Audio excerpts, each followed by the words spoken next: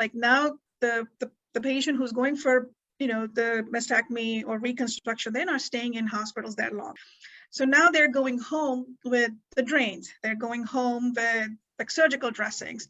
So I think it's important to educate them, even if it's a part of the PAT or like a leaflet somewhere, that you're going to be going home with it. So what kind of surgical bra you need, how to handle those drains, what to look for it for the sign of infection. Yes, there will be nursing for wound care and stuff, but at least they can alert a doctor or a nurse that this is a sign, this is not normal, because sometimes we don't know what the normal is.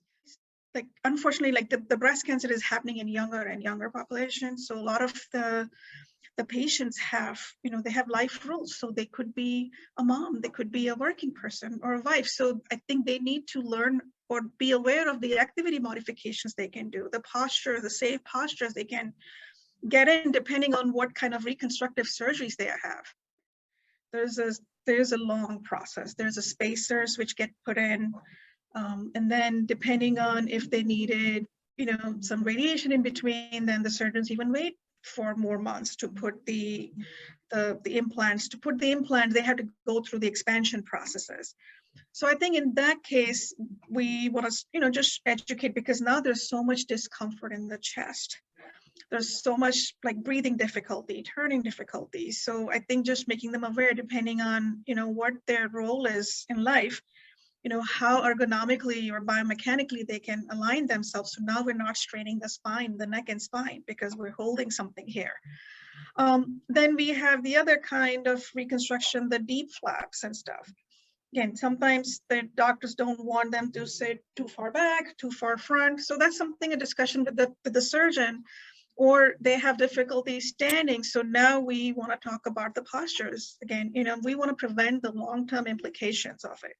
How much standing is good, how much sitting is good when you're sitting on the toilet, or sleeping, or childcare, home management. So we just have to kind of think of what their plan is, because 9 out of 10 times these surgeries are planned surgeries.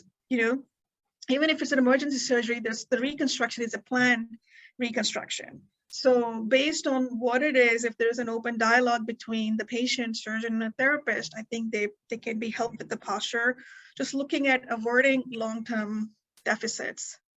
I think, yeah, you're right. Like, the telehealth has opened up so many passages. Like, even like in general, like if I have a patient now, I tell them, bring me photos. If they don't want to do bring me photos of like your sleeping area, your sitting area, your kitchen area, and then we can analyze it. But we can actually go to their house without doing a home visit and, still address it. So I believe if somebody needs a consult in the education part, and then we can help them find a provider in their own zip code area, I think then these portals can come very handy. Because 9 out of 10 times, like, these patients don't know where to go, what to ask, or like where to find any information. They don't know. So maybe we can just start with the dialogue, put them to ease, have them do something which they can do on their own, and then help them find a provider.